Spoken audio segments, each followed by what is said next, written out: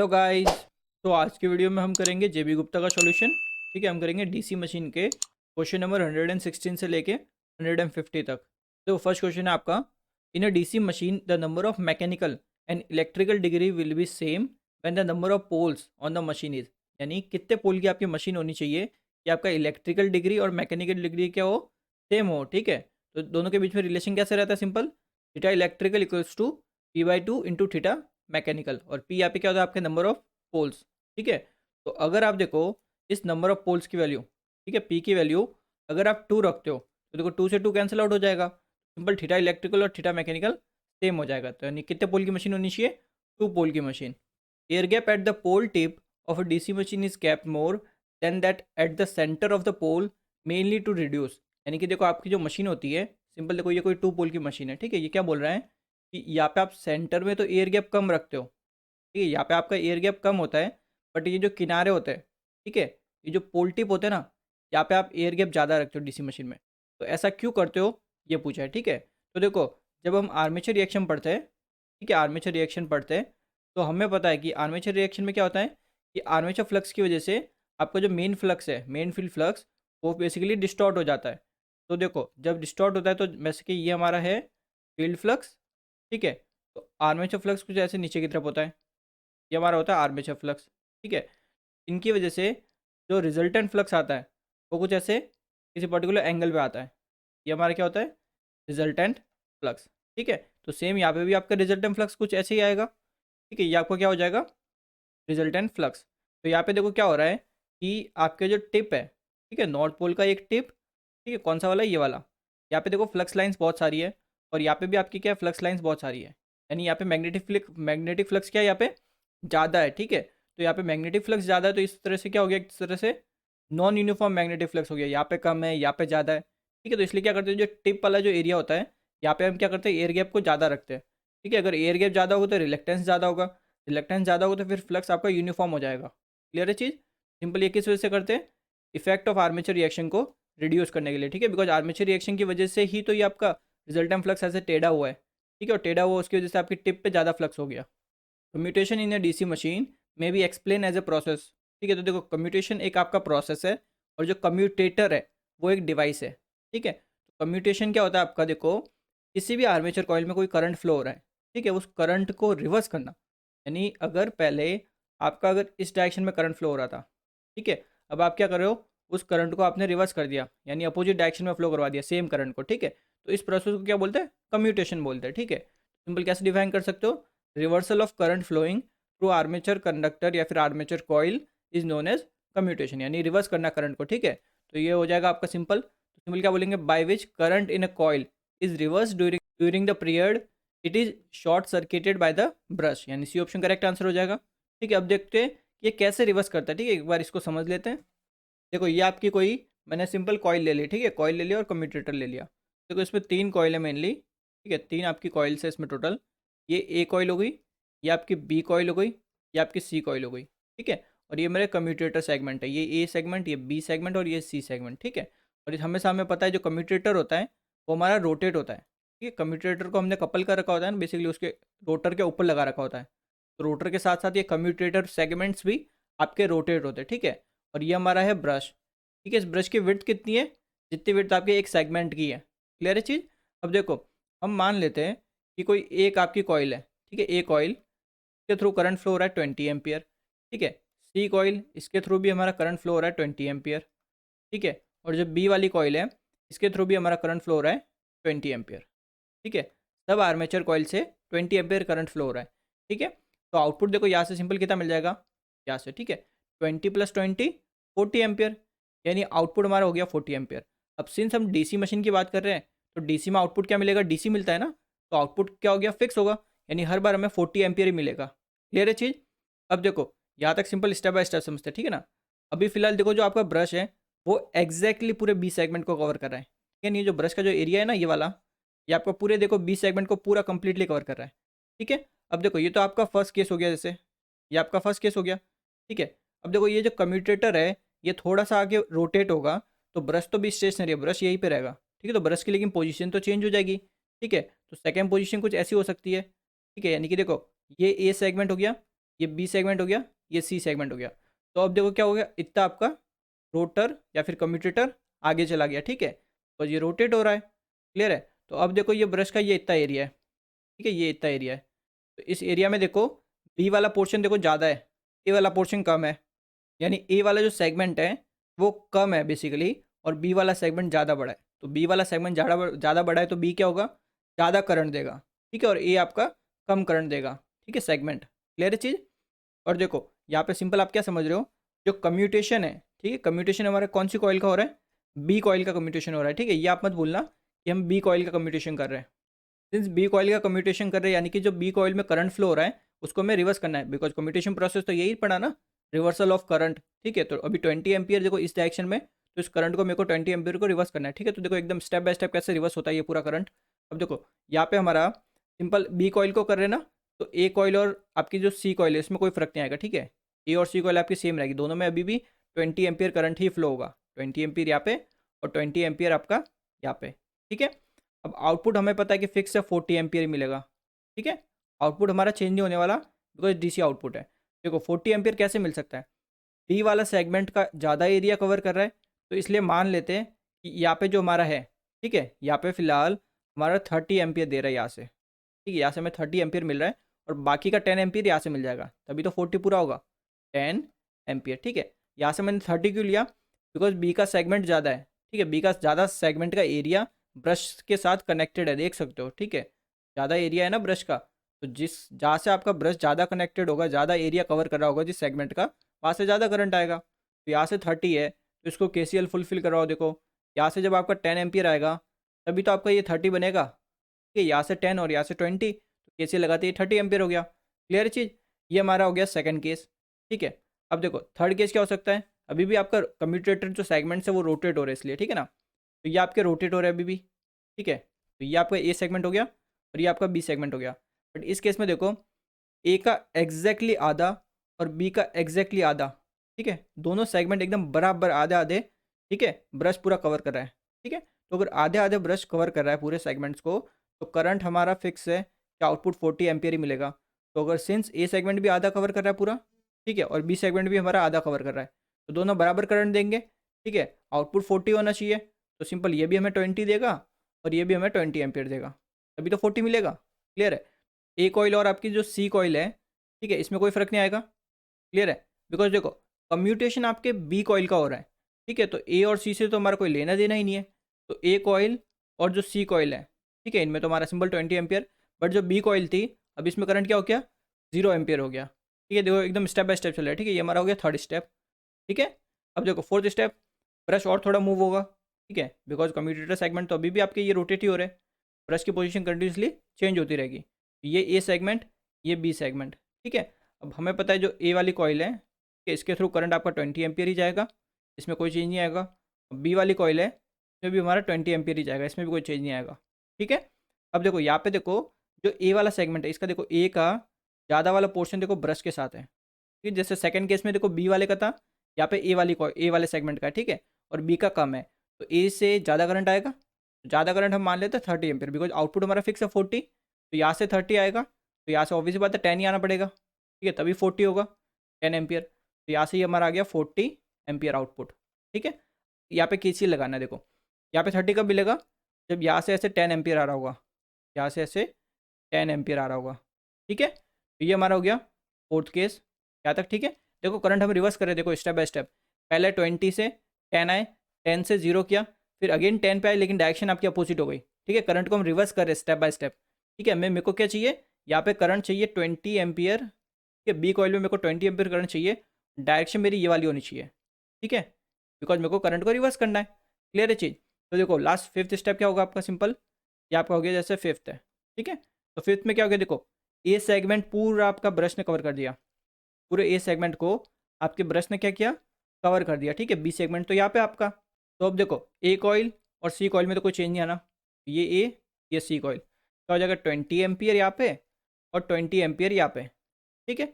अब सिंस आपका जो ए सेगमेंट है पूरा कवर हो रहा है ब्रश से, तो जितना भी करंट आएगा वो कहाँ से आएगा, सिंपल ए सेगमेंट से आएगा, ठीक है, जैसे आपका फर्स्ट केस था। तो यहाँ पे सिंपल कितना करंट आएगा, आउटपुट हमारा फिक्स है 40 एम्पियर आना चाहिए, 40, तो यहाँ से ऑब्वियसली बात है 40 आ रहा होगा, ठीक है। तो 40 यहाँ से कैसे आएगा, जब यहाँ से इस डायरेक्शन में आपका 20 एम्पियर आएगा। तो देखो फर्स्ट केस में जब स्टार्टिंग में हम कम्यूटेशन हमने स्टार्ट किया था, ठीक है, बी वाली कॉइल का, तो देखो ये बी वाली कॉइल का हमने कम्यूटेशन स्टार्ट किया था, तो करंट की डायरेक्शन देख सकते हो। और ये जो आपका कम्यूटेशन यहाँ पे कंप्लीट हो गया, ठीक है, फिफ्थ स्टेप में, तो करंट की डायरेक्शन देख सकते हो। करंट को हमने क्या किया, बी कॉइल के थ्रू रिवर्स करवा दिया ना, ठीक है। तो ये इसी प्रोसेस को हम क्या बोलते हैं, कम्यूटेशन बोलते हैं, ठीक है। ये चीज़ देखो यहाँ पे हमारा था ये प्लस के 20 एम्पियर, ठीक है, ये हमारा था प्लस के 20 एम्पियर, ठीक है, फर्स्ट केस था ना ये। अब देखो सेकंड केस में हमारा क्या हो गया, प्लस के 10 एम्पियर, तो मान लेते कहीं पे यहाँ पे होगा 10 एम्पियर, ठीक है, तो ये मेरे हो गए 10 एम्पियर, ठीक है। देन आपका थर्ड केस आया था 0 एम्पियर, तो 0 एम्पियर आपका इस एक्सिस पे होगा, ठीक है, ये मेरा हो गया 0 एम्पियर। देन मेरा आया था माइनस के 10 एम्पियर, बिकॉज डायरेक्शन आपकी अपोजिट हो गई थी ना, ठीक है, तो यहाँ पे कहीं पे होगा ये माइनस का 10 एम्पियर, ठीक है, माइनस का 10 एम्पियर। देन मेरे को लास्ट में मिल गया माइनस के 20 एम्पियर, यानी मैंने करंट की डायरेक्शन पूरी रिवर्स कर दी, तो ये हो गई माइनस के 20 एम्पियर, ठीक है। अब सिंपल जो केसेस हमारे बने, ठीक है, इनको सिंपल एकदम ऐसे, एक सेकेंड, सिंपल इनको, ठीक है, कनेक्ट कर लो ऐसे एकदम, ठीक है, सारे केस है ये हमारे, तो एकदम ऐसे स्ट्रेट लाइन में ऐसे कनेक्ट कर लेते हैं, ठीक है। और यहाँ से हमें ये कांस्टेंट करंट मिल गया माइनस के 20 एम्पियर, ठीक है, बी कॉइल में पहले आपका प्लस 20 था, अब माइनस 20 हो गया, ठीक है। और आपका जो देखो यहाँ से लेके, यानी कि माइनस आपको बेसिकली कन्वर्ट करने में यहाँ से लेके यहाँ तक, ठीक है, प्लस 20 से माइनस 20 तक करने में जो टाइम लगता है, ठीक है, इस टाइम को हम क्या बोलते हैं, कम्यूटेशन टाइम बोलते हैं, टीसी। क्लियर है चीज़ ये। अब देखो ये तो हमारा एकदम आइडियल कम्यूटेशन हो गया, ठीक है, आइडियली आपका ऐसा होता है, ये आपका आइडियली है, बट प्रैक्टिकली कभी भी ऐसा नहीं होता, ठीक है। प्रैक्टिकली देखो क्या प्रॉब्लम आती है यहाँ पे, देखो यहाँ पे हमें एक्चुअल में कितना मिलना चाहिए था, 40 एम्पियर मिलना चाहिए था, ठीक है, बट यहाँ पे देखो 40 नहीं आ पाता, क्यों नहीं आता, देखो इसको समझो। ये आपकी क्या है, एक कॉइल है, ठीक है, एक कॉइल है ना, नंबर ऑफ टर्न्स है इसमें, तो देखो यहाँ पे आपका देखो करंट फ्लो हो रहा है इस कॉइल से, ठीक है, इस कॉइल में आपके नंबर ऑफ टर्न्स है, और अगर सिंस करंट फ्लो हो रहा है तो इस कॉइल में आपका फ्लक्स भी होगा, ठीक है, ये सारी चीज़ आपके इस कॉइल में होगी ना, ठीक है। अगर ये सारी चीज़ आपकी होगी तो आपको भी पता है कि एल क्या होता है, इंडक्टेंस। इंडक्टेंस कैसे निकालते हैं, एन फाई डिवाइडेड बाय आई, यानी कि आपका कुछ ना कुछ इस कॉइल का इंडक्टेंस होगा, ठीक है। तो इंडक्टेंस यानी जो इंडक्टेंस क्या एक तरह की प्रॉपर्टी है जो करंट के चेंज को अपोज करती है, ठीक है। जैसे आप सिंपल कोई कॉइल लेते हो, ठीक है, अगर आप एक कॉइल लेते हो, ठीक है, इसके लिए आप अगर वोल्टेज लिखते हो तो वोल्टेज कैसे निकालते हो कॉइल के लिए, L D I by D T, ऐसे निकालते हो। तो यहाँ पे ये formula D I by D T क्या रिप्रेजेंट कर रहा है, ये रिप्रेजेंट करता है कि बेसिकली ये चेंजिंग करंट को अपोज करता है, यानी जो भी आपकी कॉइल होती है ना वो हमेशा चेंजिंग करंट को अपोज करती है, ठीक है। तो इस वोल्टेज को और क्या बोलते हैं हम, रिएक्टेंस वोल्टेज बोलते हैं। तो ये क्या है, ये जो कॉइल है ना, इस कॉइल में एक वोल्टेज डेवलप होने लग जाता है, तो हम रिएक्टेंस वोल्टेज बोलते हैं, ठीक है। ये वोल्टेज आपका क्या करता है, इस करंट को, करंट के चेंज को अपोज करता है, यानी पहले 10 एम्पियर था, अब इसको चेंज होने नहीं देता एकदम से, ठीक है। तो देखो उस वजह से क्या होता है, ये करंट यहाँ पे देखो होना कितना चाहिए था, 20 एम्पियर होना चाहिए था, ठीक है, बट आपका ये करंट पूरा चेंज नहीं हो पाता, ठीक है, सिंपल 15 एम्पियर ही हो जाता है, ठीक है, बस 15 एम्पियर चेंज हो गया अपनी बेसिकली, जैसे 10 से इसको जाना था, 10 से इसको जाना था 20 एम्पियर होना चाहिए था 10 से, ठीक है, आइडियल कम्यूटेशन में 10 से 20 होना चाहिए था, बट देखो 20 इसकी क्या हुई, स्टडी स्टेट वैल्यू हो गई, बट ये स्टडी स्टेट वैल्यू तक पहुंच ही नहीं पाता, इससे पहले ही आपका 15 एम्पियर हो गया, ठीक है, 15 एम्पियर हो गया, देन आपका ब्रश तो शिफ्ट हो गया, ब्रश तो अगले वाले सेगमेंट पे आ गया ना, बी वाले सेगमेंट से हट गया, ठीक है। तो ये प्रोसेस हो गया, तो इस वजह से अब देखो करंट यहाँ से कितना आ रहेगा, 20 प्लस 15, तो अब कितना है 35 ampere, but since DC machine है तो आउटपुट तो हमारा कांस्टेंट आएगा, तो इस कांस्टेंट आउटपुट के लिए क्या करता है, ये जो बी सेगमेंट है यहाँ पे आपका 5 एम्पियर आ जाता है, 5 एम्पियर, और ये 5 एम्पियर जो है ना ये आपका एयर के थ्रू, ठीक है, एयर के थ्रू यहाँ पे ये ब्रश में आउटपुट देता है। अब सिंस ये एयर के थ्रू दे रहा है तो ऑब्वियस बात है यहाँ पे स्पार्किंग होगी, तो इस वजह से यहाँ पे क्या होती है आपकी स्पार्किंग होती है, ठीक है चीज़। तो ये जो स्पार्किंग हुई ना, इसी को, ये किसकी वजह से हुई है स्पार्किंग, बिकॉज ये वोल्टेज यहाँ पे आपका एग्जिस्ट करता था, ठीक है, इस वोल्टेज की वजह से स्पार्किंग हो रही है, और इस वोल्टेज को क्या बोलते हैं, रिएक्टेंस वोल्टेज बोलते हैं। ये चीज़ आपकी क्लियर है, बिकॉज ये वोल्टेज जो है चेंजिंग करंट को अपोज करता है, ठीक है ना, तो इस वजह से ये आपका प्रैक्टिकल है, ठीक है, प्रैक्टिकली ऐसा होता है। अब देखो प्रैक्टिकली ऐसा होता है तो सिंपल आपका जो कर्व बनता है वो एकदम देखो, आइडियल में तो एकदम स्ट्रेट लाइन बनी थी, बट यहाँ पे ये स्ट्रेट लाइन नहीं बनती, ये आपका कुछ ऐसा बन जाता है, ठीक है, ये ऐसा, और ये जो गैप दिया मैंने ये आपका रहता है पार्किंग वाला करंट, पार्किंग मतलब जो 5 एम्पियर वाला करंट आया ना एयर के थ्रू, वो वाला करंट ये हो जाता है। तो ये जो फिनोमिना ये वाला, ठीक है, जो लाइन ड्रॉ की, ये आपका होता है अंडर कम्यूटेशन। यानी आपका करंट है ना अपनी स्टडी स्टेट वैल्यू रीच ही नहीं कर पाया, उससे पहले आपका ब्रश शिफ्ट हो गया, ठीक है, उस वजह से आपकी क्या हो रही है, स्पार्किंग हो रही है। क्लियर है? और ये स्पार्किंग कहाँ होती है?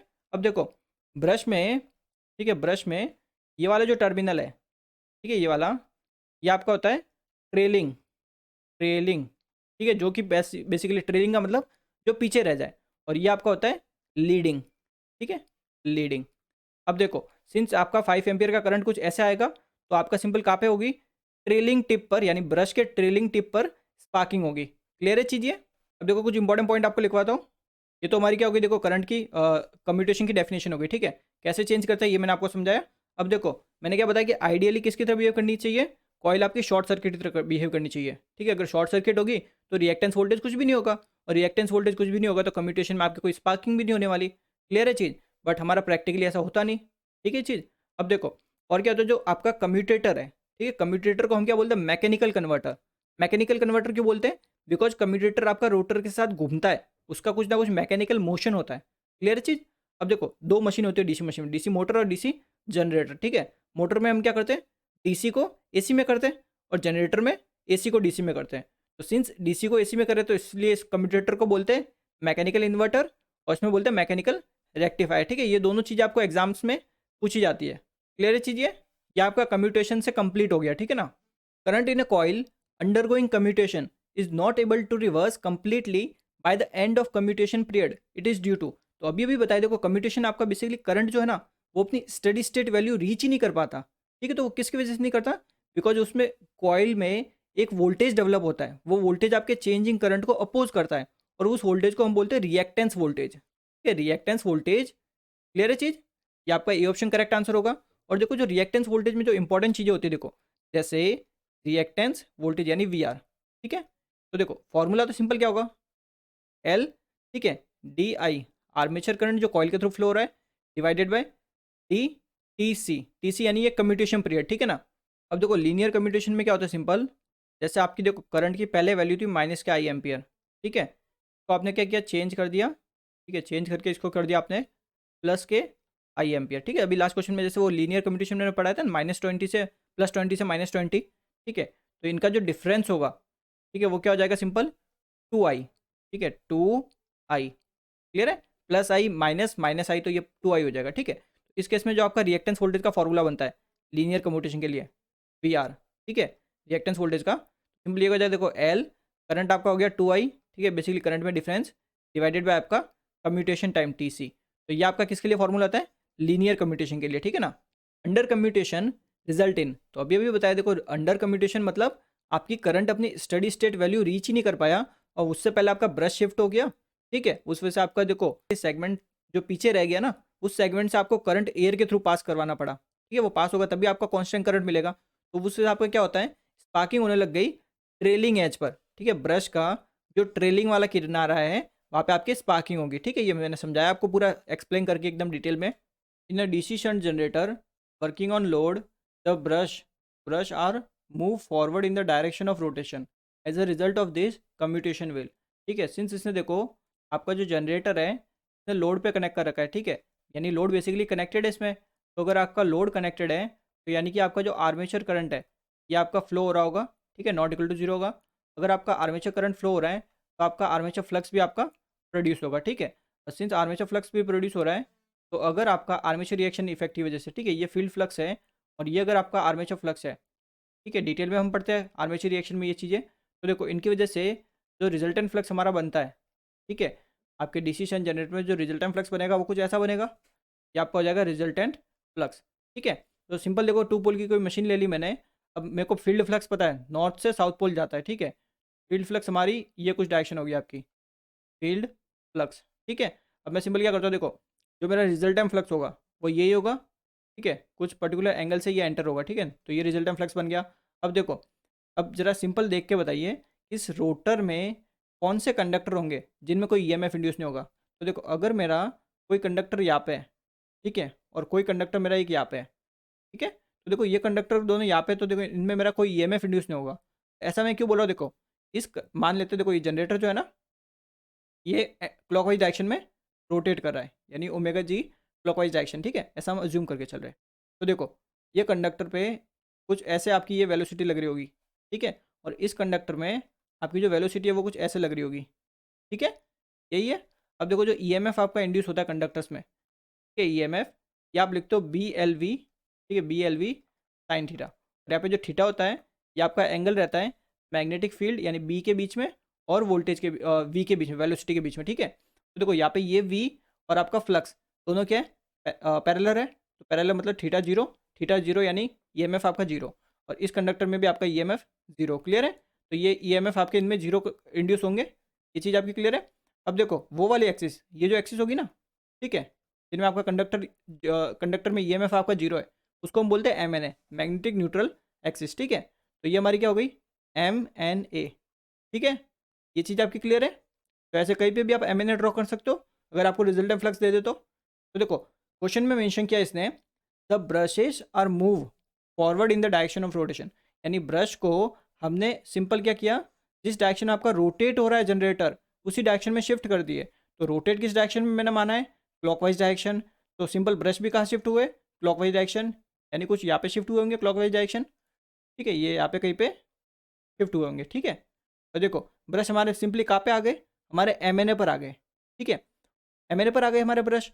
और सिंस आपके देखो एम एन ए पर जो कंडक्टर है इनमें कोई ईएमएफ इंड्यूस नहीं हो रहा, तो करंट का जो रिवर्सल है वो बहुत इजीली हो जाएगा, कोई स्पार्किंग भी नहीं होगी, तो हमारा कम्यूटेशन तो क्या हो गया, इंप्रूव हो गया। और ऐसा हम पढ़ते भी है कि फॉर स्पार्कलेस कम्यूटेशन, यानी अगर आपको ऐसा कम्यूटेशन चाहिए जिसमें कोई भी स्पार्किंग नहीं हो, तो आपको ब्रश को हमेशा कहाँ रखनी चाहिए, एम एन ए पर, ठीक है, ऐसा हम पढ़ते भी है।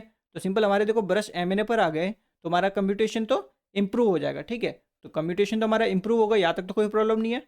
अब देखो जो एम एन ए होती है, ठीक है, एम एन एक्सिस होती है ना, अब उसका देखो राइट वाला पोर्शन और लेफ्ट वाला पोर्शन, ठीक है, अलग अलग पोलैरिटी के होते हैं।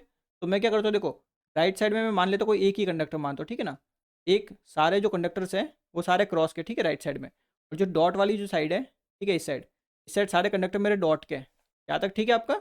अब देखो दोनों कंडक्टर मैंने मान लिए। अब देखो जो क्रॉस होता है, ठीक है, ये क्रॉस है ना, अब क्रॉस की वजह से मैग्नेटिक फील्ड आपकी क्लॉकवाइज डायरेक्शन, तो यानी ऐसे कुछ होगी, ठीक है, और जो डॉट है, डॉट की वजह से जो मैग्नेटिक फील्ड होगी वो एंटी क्लॉकवाइज जाएंगे, कुछ ऐसे होगी, ठीक है। अब दोनों एरो देखो कहाँ पे, नीचे की तरफ जा रहे हैं, यानी आपका जो आर्मेचर फ्लक्स है वो ऐसे नीचे की तरफ होगा, ठीक है, इस एक्सिस पे होगा। और मैंने आपको बताया भी था कि आर्मेचर फ्लक्स हमेशा एम एन ए के अलॉन्ग ही होता है, ठीक है, जहाँ पे आपका एम एन ए होगा वहीं पे आपका आर्मेचर फ्लक्स होगा, क्लियर चीज़ है। देखो आर्मेचर फ्लक्स मिल गया, और मैं ये भी मान लेता हूँ कि जो मेरी ये जो एम एन ए है, ठीक है, नई एम एन ए बनी है, ये मेरी शिफ्ट का हुई है, बीटा एंगल से शिफ्ट हुई है, ठीक है, बीटा एंगल से शिफ्ट हुई है, यहाँ तक ठीक है आपका। देखो ये हमारी है फील्ड एक्सिस, एंड ये हमारी है आर्मेचर फ्लक्स, ठीक है ना, आर्मेचर फ्लक्स देख लो थोड़ा टेढ़ा ही है ना, ये हमारा हो गया आर्मेचर फ्लक्स। और यही हमारी क्या है, एम एन ए भी है ना, ठीक है, जो आर्मेचर फ्लक्स वाली है वही एक्सिस हमारी एम एन ए, और हमें पता है जो एम एन ए है वो टोटल हमारी शिफ्ट हुई है बीटा एंगल से, ठीक है। तो ये अगर बीटा है तो ये एंगल भी हमारा बीटा ही होगा, ठीक है, दोनों एंगल सेम होंगे। तो देखो ये जो फ्लक्स बना फाई है, इसके अगर मैं कंपोनेंट लिखता हूँ, देखो यहाँ पे एक कंपोनेंट आ जाएगा, तो सिंपल थीटा के साथ वाला कंपोनेंट हमेशा कॉस थीटा होता है, तो फाई ए ये हो जाएगा कॉस बीटा, ठीक है, और यहाँ पे जो कंपोनेंट बनेगा ये आपका हो जाएगा फाई ए, ठीक है, साइन बीटा, दो कंपोनेंट बन गए। अब देखो यहाँ पे ध्यान से देखना, जो फाई ए कॉस बीटा है, ठीक है, आपका ये वाला जो कंपोनेंट है, देखो ये क्या कर रहा है, आपके फील्ड फ्लक्स को क्रॉस कर रहा है, ठीक है, क्रॉस कर रहा है ना, तो क्रॉस कर रहा है इसका मतलब क्या हुआ कि ये कंपोनेंट आपका रेस्पॉन्सिबल है क्रॉस मैग्नेटाइजेशन के लिए, ठीक है। और आपके देखो फाई ए साइन बीटा ये क्या कर रहा है, फील्ड फ्लक्स के देखो अपोजिट में, तो यानी फील्ड फ्लक्स को क्या कर रहा है, ये कम कर रहा है, यानी डीमैग्नेटाइज कर रहा है, ठीक है। तो यहाँ से सिंपल समझ गए कि फाई ए कॉस बीटा तो क्रॉस मैग्नेटाइजेशन के लिए रेस्पॉन्सिबल है, और फाई ए साइन बीटा आपका डीमैग्नेटाइजेशन के लिए रेस्पॉन्सिबल है।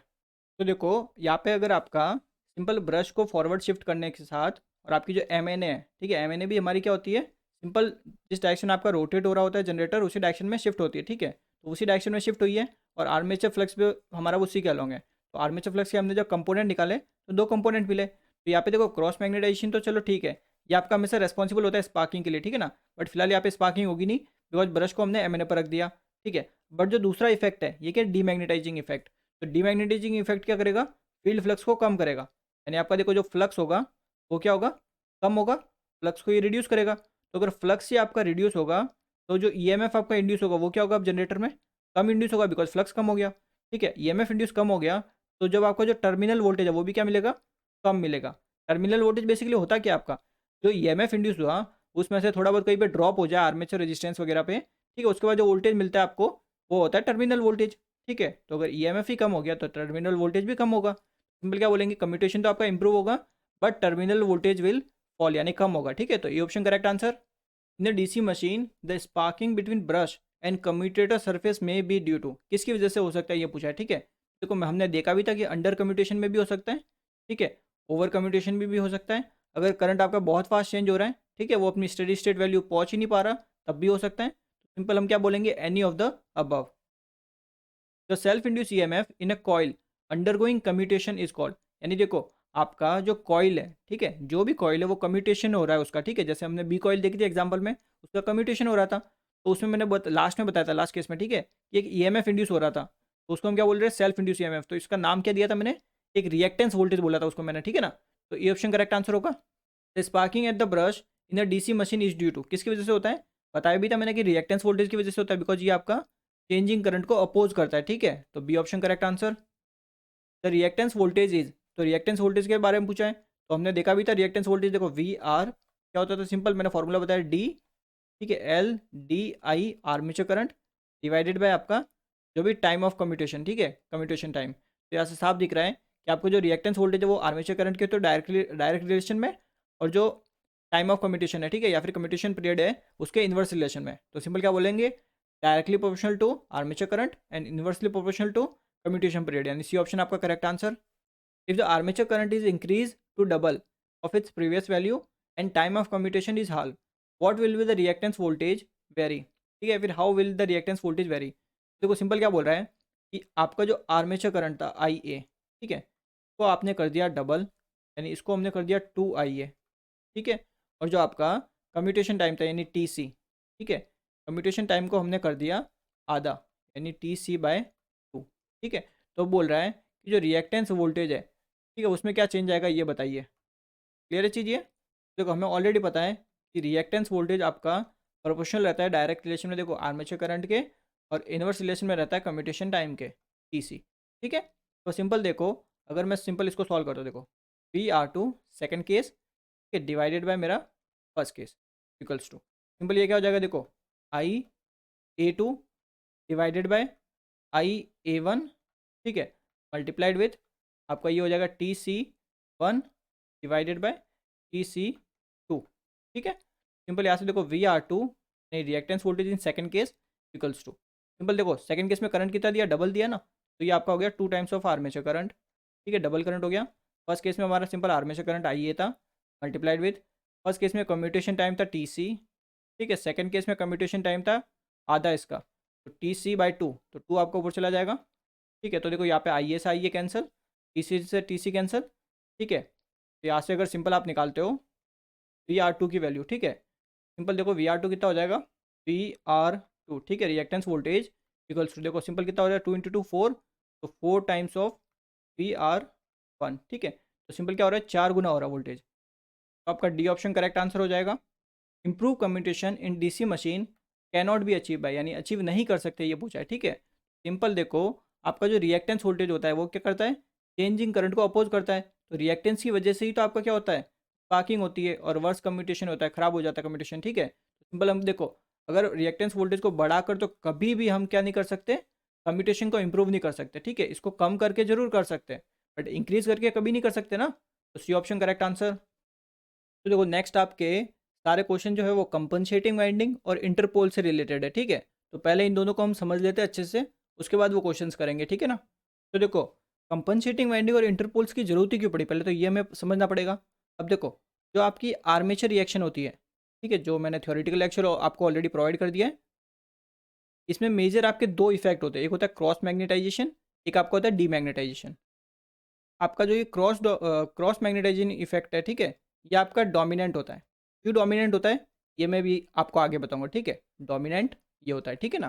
तो देखो सिंपल एक कोई 2 पोल की हमने मशीन ले ली, ठीक है, अब मैं क्या करता हूँ, सिमेट्रिकल एक्सिस ड्रॉ करता हूँ, ठीक है, ये सिमेट्रिकल एक्सिस ड्रॉ कर दी। अब देखो चाहे आप जनरेटर की बात करो या मोटर की बात करो, ठीक है, मैं सिंपल आपको जनरेटर के हिसाब से समझाता हूँ, ठीक है, मोटर में भी सेम चीज़ रहती है। अब देखो जनरेटर में हमें पता है हमारी जो MNA होती है वो शिफ्ट हो जाती है, और ये हमारी MNA होती है, ठीक है, जो नई MNA होती है यही होती है, ठीक है। तो सिंपल अब देखो जो यहाँ पे जो कंडक्टर होगा, यहाँ पे और यहाँ पे जो कंडक्टर होगा, ठीक है, इनमें कोई ईएमएफ इंड्यूस नहीं होगा बिकॉज ये हमारी एम एन है ना, ठीक है, मैग्नेटिक न्यूट्रल एक्सिस। अब देखो जो कंडक्टर आपके यहाँ पे होंगे, ठीक है, यहाँ पे होंगे, यहाँ पे, ठीक है, 2 3 एंड 4, ठीक है, ऐसे एक यहाँ पे रख देते हैं, एक यहाँ पे रख देते हैं, बाकी 1 2 3 और 4, ठीक है, सारे कंडक्टर अरेंज कर दिए। अब देखो जो एम एन है, अब इसमें मैंने बता रखा है इसका एक राइट वाला पोर्शन एक लेफ्ट वाला पोर्शन, एक होता है सारा क्रॉस में, एक होता है सारा डॉट में। तो एक साइड के सारे देखो मैं क्रॉस कर लेता हूँ, ये सारे मेरे हो जाएंगे क्रॉस, ठीक है, ये मेरे हो गए सारे क्रॉस, और यहाँ पे ये एक साइड के सारे मेरे डॉट हो जाएंगे, ठीक है यहाँ तक। अब देखो जो कंडक्टर मेरे देखो सिंपल इस पर्टिकुलर वाले रीजन में, ठीक है, इतने से ये जो मेरा पोल आर्क है ना, ठीक है, ये पोल आर्क, ठीक है, इसमें जो कंडक्टर मेरे लाई करे देखो ये सारे क्रॉस वाले, ठीक है, तो ये सब मिलके जो मेरी मैग्नेटिक फील्ड बनाएंगे वो कुछ ऐसे नीचे की तरफ क्लॉकवाइज डायरेक्शन सारे क्रॉस है, ठीक है, ऐसे साउथ पोल में जो कंडक्टर है मेरे ये वाले हैं, ठीक है, ये भी एक कोई मैग्नेटिक फील्ड प्रोड्यूस करेंगे, वो भी नीचे की तरफ, ठीक है, बिकॉज एंटी क्लॉकवाइज है, ठीक है, दोनों ही नीचे की तरफ यहाँ तक, ठीक है। अब देखो ये जो कंडक्टर होंगे ये दोनों क्रॉस क्रॉस, ठीक है, ये कैसे करेंगे क्लॉकवाइज, यानी कि कुछ ऐसे होगी, ठीक है, और जो डॉट है, ठीक है, डॉट देखो, डॉट है सिंस, तो डॉट का मतलब क्या होता है एंटी क्लॉकवाइज, ठीक है, तो यानी एंटी क्लॉकवाइज मतलब कुछ ऐसे होगी ये एंटी क्लॉकवाइज, ठीक है, यहाँ तक ठीक है। अब देखो यहाँ पे क्या हो रहा है ध्यान से अगर आप समझते हो अच्छे से, तो देखो मैंने दो इफेक्ट बताए, क्रॉस मैग्नेटाइजेशन और डीमैग्नेटाइजेशन। तो क्रॉस का मतलब अगर ये आपका फाई एफ है यानी फील्ड फ्लक्स है, अगर इसको कट कर दे आपका आर्मेचर फ्लक्स फाई ए, तो ये होता है क्रॉस मैग्नेटाइजिंग इफेक्ट। और दूसरा आपका होता है डीमैग्नेटाइजेशन, यानी अगर ये आपका फील्ड फ्लक्स है और इसके अपोजिट में, ठीक है, अपोजिट में कोई फ्लक्स आपका प्रोड्यूस हो जाए, ठीक है, अपोजिट में कोई फ्लक्स प्रोड्यूस हो जाए जैसे आर्मेचर फ्लक्स, तो इसको हम बोलते हैं डीमैग्नेटाइजिंग इफेक्ट, बिकॉज इससे आपका जो रिजल्टेंट फ्लक्स है, ठीक है, वो आपका रिड्यूस हो जाएगा, तो इसलिए हो गया डीमैग्नेटाइजिंग इफेक्ट, ठीक है।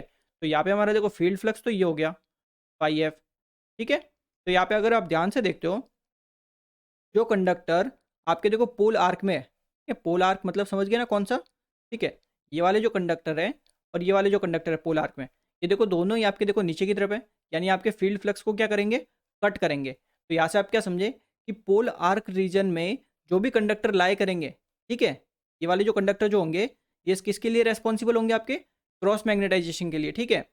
तो पोल आर्क रीजन और देखो जो आपके इंटरपोलर रीजन, ठीक है, ये आपका जो देखो पोल के सामने वाले जो कंडक्टर है ये आपका पोलर एक तरह से रीजन हो गया, और इसको छोड़ के जितना रीजन बचा ना वो आपका इंटरपोलर रीजन हो गया, ठीक है। तो ये जो कंडक्टर है ये आपके इंटरपोलर रीजन में, तो इनके आप अगर सिंपल मैग्नेटिक फील्ड देखते हो, ठीक है, तो फील्ड फ्लक्स के देखो अपोजिट में, तो ये किस लिए काम करते हैं, ये आपका सिंपल करते हैं डीमैग्नेटाइजिंग का इफेक्ट करते हैं, ठीक है। तो यानी कि जो कंडक्टर आपके इंटरपोलर रीजन में होते हैं, ठीक है, इंटरपोलर रीजन, तो ये बेसिक आइडिया आपका क्लियर है। यानी इंटरपोलर रीजन में तो आपके जो कंडक्टर लाई करेंगे वो आपके डीमैग्नेटाइजेशन के लिए रेस्पॉन्सिबल होंगे, और पोल आर्क वाले क्रॉस मैग्नेटाइजेशन के लिए रेस्पॉन्सिबल होंगे, ठीक है, डिफ्रेंशिएट कर दिया। अब इनके बेसिस पर हमने कंपनसेटिंग वाइंडिंग और इंटरपोल्स हमने बेसिकली बना रखे, ठीक है। तो ये होते क्या देखो इनको समझते अच्छे से। अब देखो ये हमारी कोई सिंपल टू पोल मशीन हो गई, ठीक है। अब टू पोल मशीन हो गई, अब सिंपल देखो सिमेट्रिसिटी वाले में सिंपल एक सिमेट्रिकल लाइन ड्रॉ कर दी, ठीक है, दोनों तरफ। अब देखो सिंपल जनरेटर की बात करें, ठीक है ना, अभी भी तो जनरेटर में हमें पता है ये हमारा होता है एम एन ए, ठीक है। जनरेटर में अगर मैं ये मान रहा हूँ कि इस डायरेक्शन में ये रोटेट हो रही है, ठीक है, आपका जनरेटर इस डायरेक्शन में रोटेट हो रहा है, तो हमारी एम एन ए भी तो आपकी रोटेशन की डायरेक्शन में तो शिफ्ट होती है, तो ये हमारी नई एम एन ए होगी ना, ठीक है। इतना आपका ऑलरेडी आइडिया होगा, ठीक है। इस केस में जो कंडक्टर होंगे, ठीक है, एक साइड के सारे क्रॉस और एक साइड के सारे डॉट होंगे, ठीक है। फिलहाल सिंपल हम क्या करें कंपनसेटिंग वाइंडिंग लगा रहे हैं, तो देखो कंपनसेटिंग वाइंडिंग सिर्फ क्या करती है आपका क्रॉस मैग्नेटाइजिंग इफेक्ट को एलिमिनेट करती है। अब देखो कैसे करती है इसको समझो, देखो क्रॉस का मतलब जो कंडक्टर है आपके पोल आर्क रीजन में होंगे, ठीक है, उनकी वजह से जो मैग्नेटिक फील्ड होगी, ठीक है, वही आपकी क्रॉस मैग्नेटाइजेशन के लिए रेस्पॉन्सिबल होती है। अभी मैंने लास्ट में समझाया, ठीक है, ये मेरे सारे क्रॉस हैं, क्रॉस क्रॉस क्रॉस, ठीक है, ये डॉट और ये भी डॉट, इतना ठीक है। अब देखो जितने भी मेरे क्रॉस है, ठीक है, मेरे को पता है इन क्रॉस की वजह से एक मैग्नेटिक फील्ड प्रोड्यूस होती है, ठीक है, जो ये ऐसे नीचे की तरफ होती है, ठीक है, और इन डॉट की वजह से भी एक मैग्नेटिक फील्ड प्रोड्यूस होती है, ठीक है, एंटी क्लॉकवाइज डायरेक्शन में जो भी नीचे होती है, ठीक है। तो इन कंडक्टर्स की वजह से, ठीक है, इन दोनों कंडक्टर्स की वजह से एक सिंपल क्रॉस मैग्नेटाइजेशन फ्लक्स हो गया, ठीक है, जो आपके फील्ड फ्लक्स को क्रॉस करता है। क्लियर है, ये आपका फील्ड फ्लक्स है, फील्ड फ्लक्स को क्रॉस करता है, क्रॉस मैग्नेटाइजिंग इफेक्ट हो गया। तो अब मैं क्या करता हूँ कुछ ऐसे कंडक्टर लेता हूँ, देखो यहाँ पे देखो जितने यहाँ पे कंडक्टर 3 है तो यहाँ पे भी मैं 3 कंडक्टर रखता हूँ, 1 2 3, ठीक है। ऐसे यहाँ पे भी देखो 1 2 3। अब मैं क्या करूँगा, देखो ये जैसे फ्लक्स है, ठीक है, ये फ्लक्स आपका देखो नीचे की तरफ है, ठीक है। नीचे की तरफ कितना है आपका, मान लेते हैं देखो 5 वेबर, ठीक है। 5 वेबर मान लो ये फ्लक्स है इसका, ठीक है। अब मैं क्या करता हूँ कि इन पोल्स में, ये जो मेरा नॉर्थ पोल है ना, इन कंडक्टर्स में यहाँ पे देखो मैंने ये कंडक्टर रखे, इनमें कुछ ऐसी करंट की डायरेक्शन रख देता हूँ, ठीक है, कि मेरा सेम फ्लक्स प्रोड्यूस हो जाए बट अपोजिट डायरेक्शन में, यानी मेरा फ्लक्स का ऊपर की तरफ प्रोड्यूस होना चाहिए, ठीक है। ऊपर की तरफ अगर 5 वेबर प्रोड्यूस हो जाए तो ये दोनों एक दूसरे को कैंसिल कर देंगे, ठीक है, यानी क्रॉस मैग्नेटाइजिंग इफेक्ट मेरा चला जाएगा ना, ठीक है। तो देखो सिंपल मेरे को क्या चाहिए, सेम फ्लक्स चाहिए। तो सेम फ्लक्स अगर मेरे को चाहिए तो जो करंट मेरा यहाँ पे फ्लो हो रहा है, ठीक है, इन क्रॉस में फ्लो हो रहा है, वो का वो मेरे इन कंडक्टर्स में भी फ्लो होना चाहिए। तो ऐसा कब हो सकता है, जब मैं सीरीज में कनेक्ट कर दूं इन दोनों को, यानी इन आर्मेचर कंडक्टर को मैं सीरीज में कनेक्ट कर दूं इन कंडक्टर के साथ। ये जो कंपनसेटिंग कंडक्टर लगा रखे, जो कंपनसेटिंग वाइंडिंग मैंने की है, ठीक है, इनमें, बट इनकी पॉलरिटी क्या होनी चाहिए, अपोजिट होनी चाहिए, यानी फ्लक्स अपोजिट में प्रोड्यूस होना चाहिए ना। तो करंट आपका क्या होगा, अपोजिट, यानी यहाँ पे क्रॉस है तो यहाँ पे हमारा करंट डॉट होगा, ठीक है, यहाँ पे मेरा करंट डॉट होना चाहिए, तभी मेरा ये फ्लक्स अपोजिट डायरेक्शन में प्रोड्यूस होगा। तो ये मेरे सारे डॉट हो गए, ठीक है। तो सेम फ्लक्स प्रोड्यूस होगा बिकॉज दोनों को मैंने सीरीज में कनेक्ट किया। तो जो करंट आपका क्रॉस से जा रहा है वही करंट मेरा डॉट से जाएगा, ठीक है। ऐसे यहाँ पे देखो, यहाँ पे ये फ्लक्स नीचे की तरफ प्रोड्यूस हो रहा है, तो मान लो कुछ भी फ्लक्स प्रोड्यूस हो रहा, ठीक है, मान लिया 5 वेबर ही हो रहा है, ठीक है। तो मैं इन डॉट कंडक्टर को, ठीक है, ये जो डॉट है ना आर्मेचर वाले, इनको मैं सीरीज में कनेक्ट कर दूंगा इन कंपनसेटिंग कंडक्टर के साथ, ठीक है। और सीरीज में कनेक्ट करूंगा तो जो मेरे डॉट में करंट होगा वो का वो मेरे इन कंपनसेटिंग वाइंडिंग में करंट फ्लो होगा, ठीक है। बट मैं कुछ इस तरह कनेक्ट करूंगा कि करंट आपका अपोजिट डायरेक्शन में फ्लो हो। कैसे, देखो जैसे ये मेरी कोई कॉइल है, ठीक है, अगर मैं इसको, और ये मेरी जैसे कंपनसेटिंग वाइंडिंग है, ठीक है, अगर मैं इसको ऐसे कनेक्ट कर दूँ, ठीक है, ये ऐसे मैंने कनेक्ट कर दिया, तो अब देखो यहाँ पे ये करंट ऐसे फ्लो हो रहा है, ठीक है, देन यहाँ पे करंट ये ऐसे फ्लो होगा, तो करंट देखो एक दूसरे के अपोजिट हो गया ना, ठीक है। तो ऐसे कुछ मैं कनेक्ट कर रहा हूँ, बट कनेक्ट तो दोनों को सीरीज में कर रहा हूँ ना, यानी इस वाइंडिंग से जो करंट फ्लो होगा वो का वो इस वाइंडिंग में होगा, बस पॉलरिटी अपोजिट होगी। तो ऐसे ही देखो यहाँ पे ये करंट नीचे की तरफ है, 5 वेबर प्रोड्यूस कर रहा है, तो मैंने सीरीज में कनेक्ट कर दिया, और अपोजिट, अपोजिट मतलब ये सारे क्रॉस हो जाएंगे, ये क्रॉस ये क्रॉस, तो इनकी वजह से करंट सेम है, तो सेम फ्लक्स आपका ऊपर की तरफ प्रोड्यूस होगा, तो ये सेम फ्लक्स एक दूसरे को कैंसिल आउट कर देंगे, ठीक है। तो मेरा क्रॉस मैग्नेटाइजिंग इफेक्ट आपका इलिमिनेट हो गया। तो कंपनसेटिंग वाइंडिंग हम कहाँ लगाते हैं, इन स्टेटर के जो पोल फेस है, ये जो स्टेटर है ना, ये जो पोल फेस है, पोल फेस में हम लगाते हैं इन कंपनसेटिंग वाइंडिंग को, और इनको कनेक्ट कैसे करते हैं, सीरीज में कनेक्ट करते हैं आर्मेचर कंडक्टर के साथ, बिकॉज सीरीज में कनेक्ट करेंगे तभी सेम करंट फ्लो होगा, और तभी सेम फ्लक्स अपोजिट एक्शन में प्रोड्यूस होगा, ठीक है। और अपोजिट डायरेक्शन में कैसा होगा, जब करंट की पॉलरिटी हम अपोजिट रखेंगे, और अपोजिट कुछ इस टाइप में रखते हैं हम। ये चीज़ क्लियर है आपकी। तो ये आपका काम होता है कंपनसेटिंग वाइंडिंग का, ठीक है। तो सिंपल इंपॉर्टेंट पॉइंट क्या बने आपके, ठीक है। देखो compensating winding is place in the slot provided in the pole face, यानी देखो ये जो पोल फेस है ना, ये कुछ आपके ऐसे बन रखे होते हैं, ठीक है, ऐसे ये कुछ तीत ऐसे ये बाहर निकले हुए होते हैं, ठीक है। एग्जैक्टली तो मेरे से ऐसा नहीं बनेगा, कुछ ऐसा ये पोल फेस होता है, ठीक है ना। इसमें ये कंडक्टर्स यहाँ पे रख देते हैं, यहाँ पे, ठीक है। तो ये आपका स्टेटर में रखा जाता है, ठीक है। दूसरा, इनको सीरीज में कनेक्ट करते हैं आर्मेचर कंडक्टर के साथ, और इनमें जो करंट फ्लो होता है वो अपोजिट डायरेक्शन में फ्लो होता है। क्लियर है चीज़, ये इंपॉर्टेंट पॉइंट हो गए, और ये इसकी वर्किंग हो गई यहाँ तक, ठीक है। अब देखो इंटरपोल्स क्या होते हैं उनको समझो। तो देखो ये हमारी कोई 2 पोल की मशीन है, ठीक है, सिंपल 2 पोल की कोई डीसी मशीन है। अब इसमें देखो स्टार्टिंग में आपका देखो कंडक्टर कुछ ऐसी आपकी पॉलरिटी रहती है, ठीक है, एक साइड के सारे क्रॉस, एक साइड के सारे आपके डॉट। तो इसमें जो फ्लक्स प्रोड्यूस होगा, ठीक है, सिंपल आप बता सकते हो, देखो जो क्रॉस होंगे कंडक्टर्स, इनकी वजह से आपका क्लॉकवाइज होगा, ठीक है, क्रॉस की वजह से क्लॉकवाइज, यानी कि आपका कुछ ऐसे, ठीक है। और जो डॉट है, डॉट की वजह से हमारा एंटी क्लॉकवाइज होगा, कुछ ऐसे, ठीक है। अब दोनों एरो देखो नीचे की तरफ है, यानी आपका जो मेन जो आपका आर्मेचर फ्लक्स प्रोड्यूस हो रहा है, ठीक है, जो आर्मेचर में जो कंडक्टर पड़े इनकी वजह से जो फ्लक्स प्रोड्यूस हो रहा है वो आपका ऐसे नीचे डायरेक्शन में पाइए हो रहा है, ठीक है। अब क्या होगा, देखो सिंपल, या तो अब एकदम स्टार्टिंग की बात है, ठीक है, जब आपने मशीन को स्टार्ट किया तब ये फ्लक्स है, ठीक है। थोड़ी टाइम बाद क्या होगा, आपकी एम आपकी शिफ्ट हो जाएगी, ठीक है, एम शिफ्ट होगी, उसके साथ आपका आर्मेचर फ्लक्स भी शिफ्ट होगा, बिकॉज मैंने बता रखी थी आर्मेचर रिएक्शन वाली वीडियो में कि आर्मेचर फ्लक्स हमेशा एम के अलॉन्ग ही होता है, ठीक है। तो सिंस हमारा आर्मेचर फ्लक्स शिफ्ट होगा तो उसकी वजह से उसके 2 कंपोनेंट बनते हैं, एक डीमैग्नेटाइजिंग वाला, एक क्रॉस मैग्नेटाइजिंग वाला, ठीक है। अब मैं अगर ऐसा करूँ कि इस फ्लक्स को स्टार्टिंग में ही इसको कंपनसेट कर दूँ, तो उसके बाद कोई कंपोनेंट बनेगा क्या, नहीं बनेगा, ठीक है। तो इस फ्लक्स को मैं कंपनसेट कैसे कर सकता हूँ, देखो ये फ्लक्स मेरा नीचे की तरफ ऐसे डेवलप हो रहा है, ठीक है। तो मान लो अगर इसकी वैल्यू मेरे 5 वेबर है, ठीक है। तो मैं सेम इतना ही फ्लक्स, ठीक है, 5 वेबर फ्लक्स ही अगर मैं ऊपर की तरफ ऐसे डेवलप करवा दूँ किसी तरीके से, ठीक है, तो ये एक दूसरे को कैंसिल आउट कर देंगे, ठीक है, यानी मेरा आर्मेचर फ्लक्स कंपनसेट हो जाएगा। ठीक है, अगर मेरा आर्मेचर फ्लक्स मैंने स्टार्ट में ही कंपनसेट कर दिया तो बाद में ना तो आपका क्रॉस मैग्नेटाइजिंग इफेक्ट होगा, ना ही आपका डीमैग्नेटाइजिंग इफेक्ट होगा। ये चीज़ आपकी क्लियर है? और ये मैंने आपको बता रखा है कि आर्मेचर रिएक्शन में आपका क्रॉस मैग्नेटाइजिंग इफेक्ट बहुत डोमिनेंट होता है। क्यों डोमिनेंट होता है?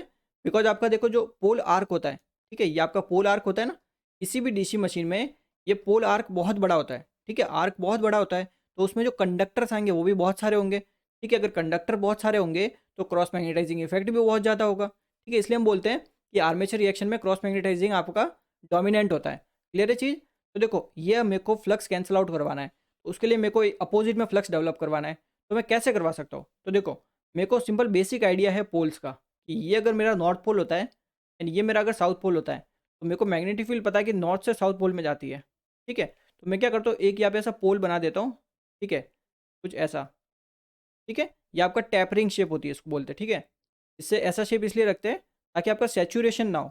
अब देखो मेरे को फ्लक्स क्या चाहिए, ऊपर की तरफ चाहिए ना, ठीक है, तो मेरे को कैसा करना पड़ेगा, यहाँ पे नॉर्थ रखना पड़ेगा मेरे को, और यहाँ पे मेरे को साउथ बनाना पड़ेगा, ठीक है, किसी भी तरीके से यहाँ पे नॉर्थ बनाना है, यहाँ पे मेरे को साउथ बनाना है, ठीक है, जिससे क्या होगा, मेरा फ्लक्स नॉर्थ टू साउथ होता है, तो नॉर्थ से साउथ ऐसे डेवलप होगा, ठीक है, और मेरे को कितना फ्लक्स डेवलप करवाना है, सेम जितना मेरा आर्मेचर फ्लक्स है उतना का उतना डेवलप करवाना है।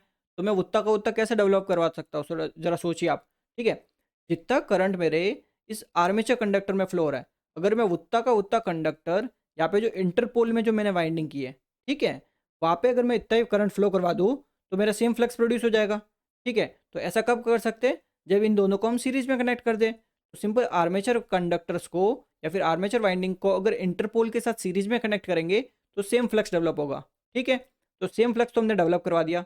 दूसरी हमारी रिक्वायरमेंट है कि वो फ्लक्स अपोजिट में होना चाहिए, ठीक है, अपोजिट डायरेक्शन में डेवलप होना चाहिए ना, तो अपोजिट में कैसे डेवलप होगा, यानी सीरीज में तो कनेक्ट करना ही है बट अपोजिट पोलरिटी में कनेक्ट करना है, यानी कि अगर ये आपका आर्मेचर कंडक्टर है, ठीक है, और ये आपका अगर इंटरपोल की वाइंडिंग है, तो इनको कनेक्ट तो सीरीज में करोगे, यानी ऐसे आप सीरीज में कनेक्ट करोगे, ठीक है, बट ये अपोजिट पोलरिटी में होने चाहिए। अपोजिट मतलब यानी करंट अगर इसमें ऐसे फ्लो हो रहा है तो इसमें अपोजिट डायरेक्शन में करंट फ्लो होना चाहिए, तभी तो फ्लक्स अपोजिट में प्रोड्यूस होगा, ठीक है, अब सिंस सेम करंट फ्लो हो रहा है दोनों के थ्रू, तो फ्लक्स भी दोनों में सेम प्रोड्यूस होगा, ठीक है, और सेम फ्लक्स है तो एक दूसरे के जब अपोजिट होंगे तो ये एक दूसरे को कैंसिल आउट कर देंगे, ठीक है। तो ये जो पोल्स मैंने बनाए, यहाँ पे नॉर्थ बनाया, यहाँ पे साउथ बनाया, कैसे बनाया मैंने, फ्लक्स को देखकर बनाया, फ्लक्स की डायरेक्शन क्या है उसको मेरे को एलिमिनेट करना है, उसके अकॉर्डिंग मेरे को ये पोल्स मैंने जनरेट किए यहाँ पे, ठीक है ये चीज़। तो देखो अगर कुछ इंपॉर्टेंट पॉइंट्स आपको लिखवाऊँ, तो देखो आपकी अभी देखो कंपनसेटिंग वाइंडिंग आपने यूज़ भी नहीं की, ठीक है, यूज़ भी नहीं करनी पड़ी, सिर्फ इंटरपोल से हमने सारा काम करवा दिया, ठीक है, बिकॉज हमने सीधा आर्मेचर फ्लक्स को ही एलिमिनेट कर दिया, ठीक है, उसको ही कंपनसेट कर दिया, तो अच्छा हो गया ना, उसको कंपनसेट करते ही आपके ना तो क्रॉस मैग्नेटाइजिंग इफेक्ट हो रहा है, ना ही आपका डीमैग्नेटाइजिंग इफेक्ट हो रहा है। अगर आपका क्रॉस मैग्नेटाइजिंग इफेक्ट नहीं है तो आपको कंपनसेटिंग वाइंडिंग लगाने की जरूरत नहीं, ठीक है, और बिकॉज कंपनसेटिंग वाइंडिंग लगाते हैं तो आपके लॉसेस बढ़ जाते हैं और एफिशिएंसी भी कम हो जाती है और मशीन का वेट भी बढ़ जाता है। क्लियर है चीज़? तो देखो हमने कंपनसेटिंग वाइंडिंग यूज़ नहीं की, interpoles are connected in series with armature winding, ये समझा दिया क्यों सीरीज में कनेक्ट होती है, ठीक है, number of interpoles is equal to number of main poles, ठीक है, तो जितने मेन पोल्स होते हैं उतने ही आपके इंटरपोल्स होते हैं, ये आपके बेसिकली लार्ज मशीन के लिए, ठीक है, अगर आपकी सिंपल 2 to 3 किलोवाट की मशीन है, ठीक है, 2 to 3 किलोवाट, अगर इतनी बहुत कम रेटिंग की मशीन है ना, तो आपके जो नंबर ऑफ इंटरपोल्स होंगे वो आधे होंगे नंबर ऑफ मेन पोल्स के, ठीक है। इट इज़ टैपरिंग शेप, ठीक है, शेप कुछ ऐसा होता है, ठीक है, ये टैपरिंग टाइप में, ठीक है।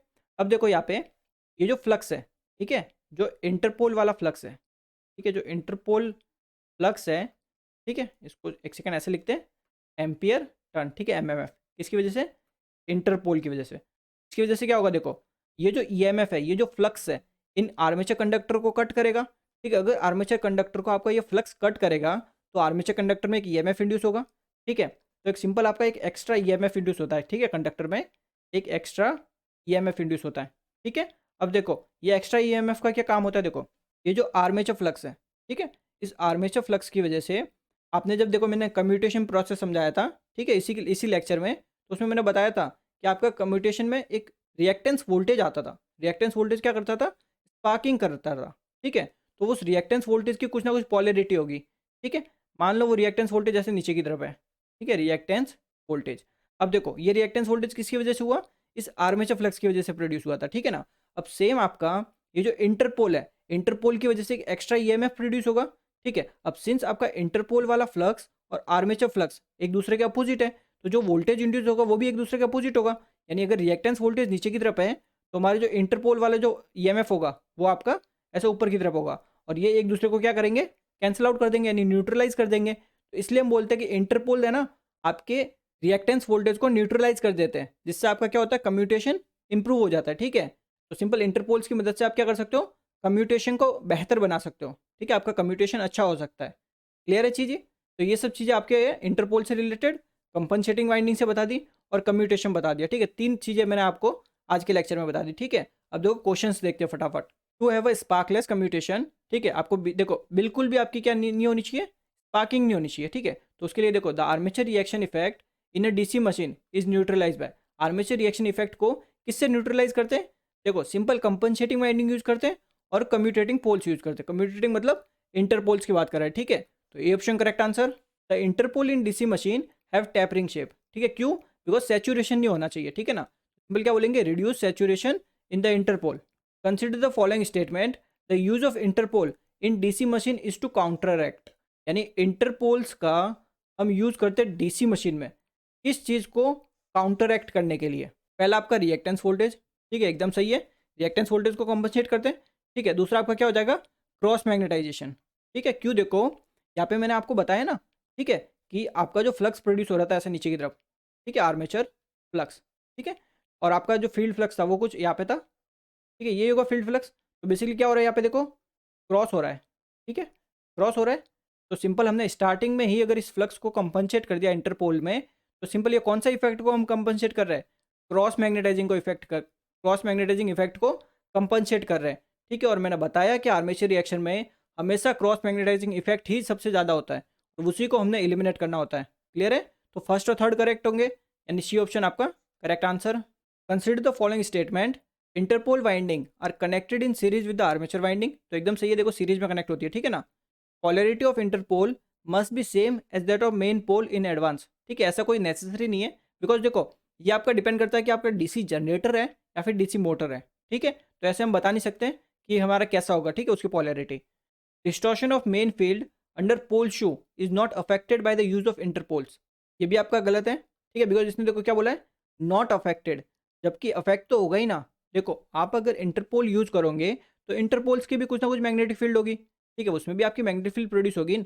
और देखो जो आपके मेन फील्ड है, तो मेन फील्ड की वजह से जो आपका फ्लक्स होगा, ठीक है, वो देखो दो फ्लक्स लाइन एक दूसरे को कट कर नहीं सकती, ठीक है, तो वहाँ पे थोड़ा बहुत तो आपका क्या होगा, डिस्टॉर्शन तो होगा ही आपका। क्लियर है। तो बट ये क्या बोला है कि नॉट इफेक्टेड, यानी डिस्टॉर्शन आपका कुछ भी नहीं होता, तो ये तो आपका पॉइंट गलत हो गया, यानी फर्स्ट पॉइंट आपका करेक्ट है, ठीक है। तो डी ऑप्शन आपका करेक्ट आंसर हो जाएगा। Which of the following are true in respect of interpole in DC machine, तो देखो इंटरपोल्स क्या करते हैं, ठीक है, पहले ये देखते हैं। Reduce armature reaction effect in interpolar region, तो एकदम सही है, ठीक है, आर्मेचर रिएक्शन को रिमूव कर देते हैं ना, ठीक है, उसको इफेक्ट को रिड्यूस कर देते हैं। और कैसे करते हैं ये मैंने आपको ऑलरेडी समझा दिया, ठीक है, तो पहला पॉइंट सही है। Winding are connected in series with the armature, तो ये भी सही है, ठीक है, सीरीज में कनेक्ट करते हैं इंटरपोल की वाइंडिंग्स को। Have the same dimension as main pole, ये गलत है, ठीक है, बिकॉज ये डिपेंड करता है डीसी जनरेटर या डीसी मोटर है, उनके अकॉर्डिंग उसकी पॉलरिटी चेंज होती है, ठीक है। तो फर्स्ट और सेकंड करेक्ट है, यानी A option correct answer. Consider the following statement about commutating poles, commutating poles क्या होते हैं, ये आपके इंटरपोल्स की बात कर रहा है, ठीक है। कम्यूटेटिंग पोल्स हो गए, इंटरपोल्स हो गए, या फिर कॉम्पोल्स हो गए, ये सब एक ही नाम है, ठीक है। Which are fitted on most large DC shunt generator.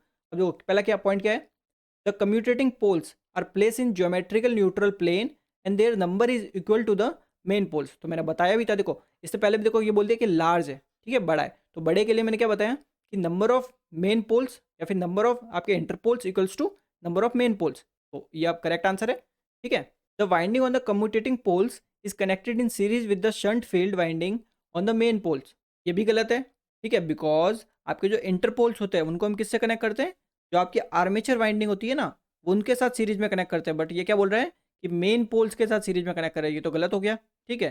फिर देखो क्या है, the polarity of commutating pole must be that of the next main pole ahead, ये भी गलत है, बिकॉज देखो ये आपका होता है जनरेटर में, ठीक है, ये आपका रहता है जनरेटर में, बट इसने क्वेश्चन में बोला है लार्ज डीसी शंट मोटर, ठीक है, तो क्वेश्चन को पहले ध्यान से पढ़ लो इसने मोटर के लिए पूछा है, ठीक है, बट ये ऑप्शन आपके जनरेटर के लिए सही होगा। और फोर्थ देखो, the commutating pole neutralise the reactance voltage produce in the coil undergoing commutation, तो ये भी सही है, ठीक है। तो फर्स्ट और फोर्थ आपका सिर्फ करेक्ट है, यानी बी ऑप्शन करेक्ट आंसर होगा, ठीक है। और देखो इसमें अगर मैं आपको समझाऊँ, ठीक है, इंटरपोल्स की जो पोलैरिटी होती है, देखो पहले जनरेटर के लिए लिखते हैं, तो ये आपका है जनरेटर की बात कर रहा है, ठीक है।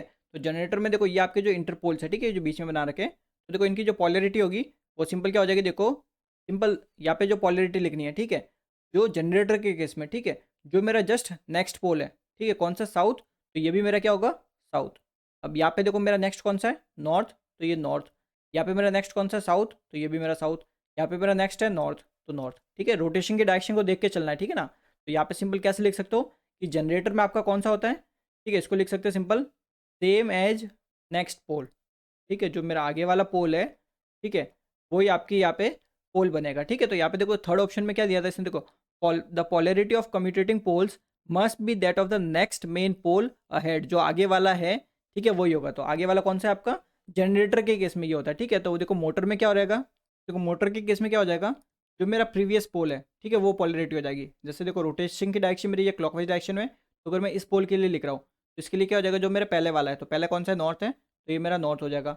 यहाँ पे मेरा पहला है साउथ, ठीक है, यहाँ पे मेरा पहला है नॉर्थ, ठीक है, यहाँ पे मेरा पहला है साउथ। सिंपल यहाँ पे क्या लिख सकते हैं कि ये आपका हो जाएगा, ठीक है, सेम एज प्रीवियस पोल। ये सेम आपका देखो एम एन ए जैसे, ठीक है, एम एन ए क्या होता है, जैसे एम एन ए एक्सिस होती है ना आपकी, वो शिफ्ट हो जाती है। जनरेटर में तो आपकी देखो जिस डायरेक्शन में रोटेट हो रहा है उसी डायरेक्शन में रोटेट हो जाती है, ठीक है, शिफ्ट हो जाती है बेसिकली। और मोटर में आपकी अपोजिट डायरेक्शन में आपकी क्या होती है, शिफ्ट होती है, ठीक है। जिस डायरेक्शन में रोटेट हो रही है आपकी मोटर, उसके अपोजिट डायरेक्शन में आपकी एम एन ए शिफ्ट होती है, ठीक है। तो उसके अकॉर्डिंग आपके सारे पोल्स हो गए, ठीक है। और कैसे आप फाइंड आउट करते हो ये मैंने देखो आपको बता रखा है, ठीक है, डिटेल में। In a DC machine which of the following statement is true, ठीक है, कौन सा ट्रू है ये बताना है। Compensating winding is use for neutralising armature reaction, while interpole winding is use for producing residual flux, तो ये तो गलत हो गया, ठीक है। रेजिडुअल फ्लक्स का तो कोई लेना देना ही नहीं होता आपके इंटरपोल से, ठीक है। Compensating winding is use for neutralising armature reaction, while interpole winding is use for improving commutation, तो एकदम सही है। देखो कैसे, देखो कंपनसेटिंग वाइंडिंग से आप क्रॉस मैग्नेटाइजिंग इफेक्ट को एलिमिनेट करते हो, ठीक है, सही है एकदम। और आर्मेचर रिएक्शन में सबसे मेन इफेक्ट कौन सा है, क्रॉस मैग्नेटाइजिंग, तो सिंपल बोल सकते हो कंपनसेटिंग वाइंडिंग आपके आर्मेचर रिएक्शन को न्यूट्रलाइज करती है। अब इंटरपोल में ये क्या करता है, इसका देखो आर्मेचर रिएक्शन को भी कर सकता है, ठीक है, बट फिलहाल देखो इस ऑप्शन के अकॉर्डिंग चल रहा है, ठीक है, उसके हिसाब से इंटरपोल में आपका देखो मेन सबसे जो रिएक्टेंस वोल्टेज होता है ना उसको ये न्यूट्रलाइज कर देता है। और रिएक्टेंस वोल्टेज को अगर न्यूट्रलाइज करता है तो उससे आपका कम्यूटेशन क्या होता है, इंप्रूव हो जाता है, ठीक है। तो इसलिए बोलेंगे कि interpole winding is use for improving commutation, तो बी ऑप्शन आपका correct answer. Consider the following statement in respect of a DC generator, ठीक है, डीसी जनरेटर के रेस्पेक्ट में बात करिए, ठीक है, इसीलिए जनरेटर की बात कर रहा है, ठीक है ना। क्या बोला, compensating winding are located in teeth cut out in main poles, तो एकदम सही है। देखो मैंने आपको देखो बनाने को ट्राई भी किया था, ये कुछ ऐसा आपका था, जैसे ये कोई पोल है, ठीक है, यहाँ पे ये पोल शू होगा, ठीक है, तो यहाँ पे कुछ ये कुछ ऐसे आपके ये बेसिकली स्लॉट्स वगैरह तीत ऐसे कुछ बना रखे होते हैं, ठीक है ना, एक्जैक्टली कुछ ऐसा कुछ बनेगा। और यहाँ पे हमने रखते हैं हमारी कंपनसेटिंग वाइंडिंग्स को रखते हैं, ठीक है, कुछ ऐसा निकला होता है। पहला पॉइंट आपका एकदम सही है, compensating winding are series connected so that the armature reaction is aided, ये तो गलत हो गया, ठीक है। ये क्या बोल रहा है कि सेम पॉलरिटी के होते हैं, ये तो नहीं होते, ठीक है, तो सेकंड गलत हो गया। Compensating winding are series connected for cancellation of armature reaction at any load, तो ये एकदम सही है, ठीक है। सिंपल क्या करता है, कैंसल कर देता है, ठीक है ना। Compensating winding are shunt connected to aid the main poles at any load, ये तो गलत है, ठीक है, ये तो आपके शंट नहीं होते, सीरीज कनेक्टेड होते हैं, ठीक है ना।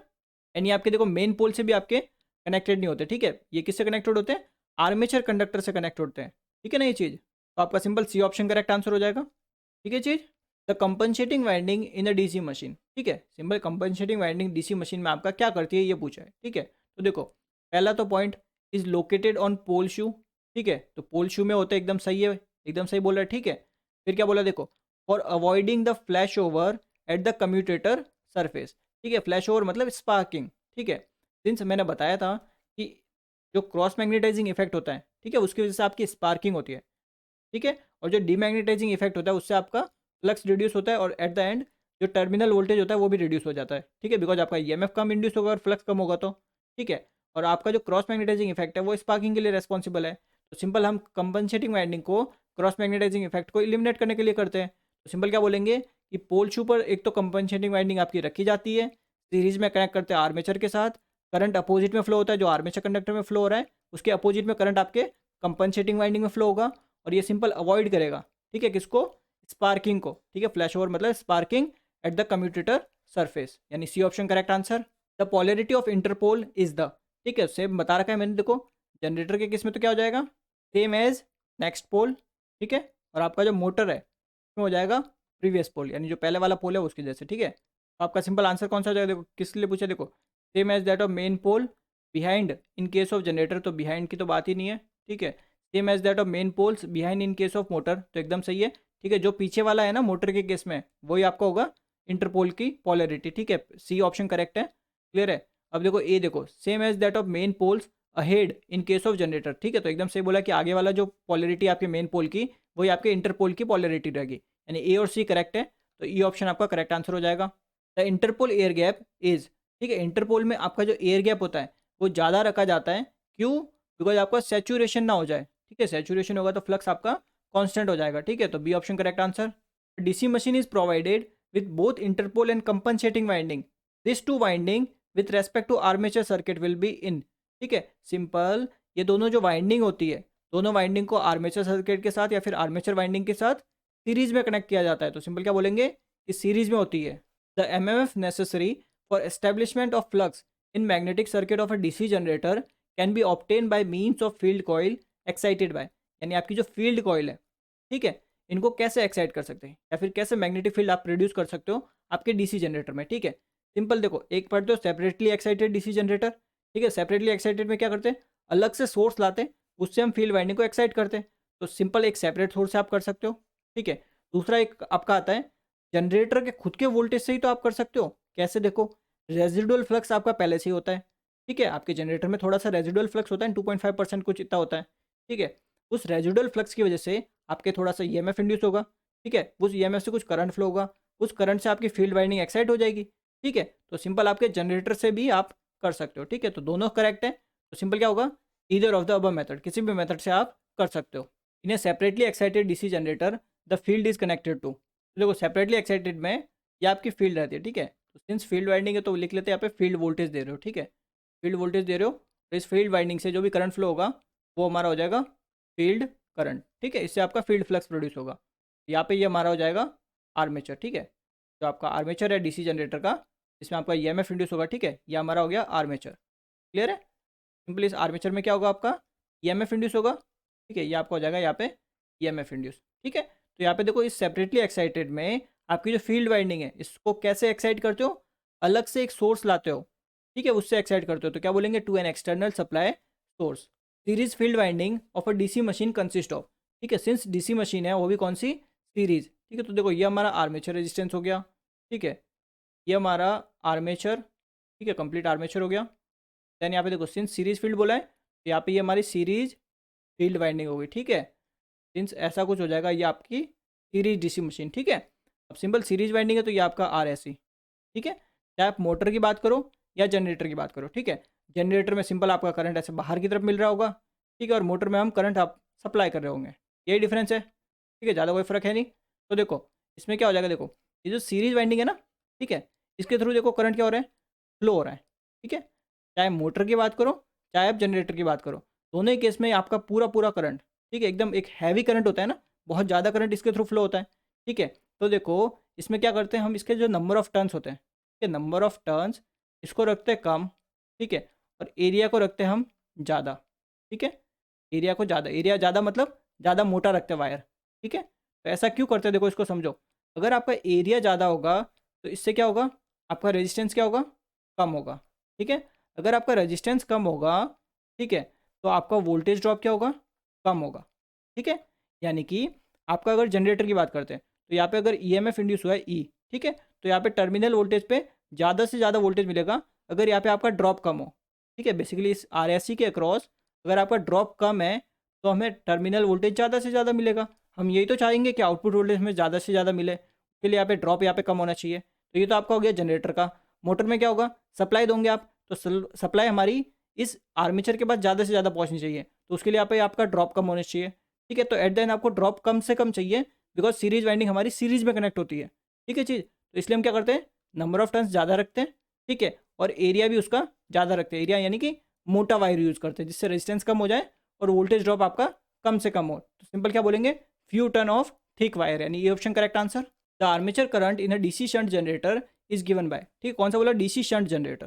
शंट जनरेटर बोला यानी कि जो वाइंडिंग होगी वो आपकी शंट वाइंडिंग होगी, ठीक है। तो ये आपकी कुछ ऐसी आपकी ये शंट वाइंडिंग हो जाएगी, ठीक है। आर्मेचर आपका कुछ यहाँ पे हो जाएगा, ठीक है, पहले आर्मेचर रेजिस्टेंस, ये रहा आर ए, ठीक है, ये आपका आर्मेचर हो जाएगा, ठीक है। मीन्स ऐसा ही रहेगा, डीसी शंट जनरेटर बोला है, ठीक है ना इसने। और ये हमारा हो गया पूरा जनरेटर, ठीक है, ये हो गया डीसी शंट जनरेटर। ये शंट वाइंडिंग है तो आर एस एच इसका रेजिस्टेंस, ठीक है।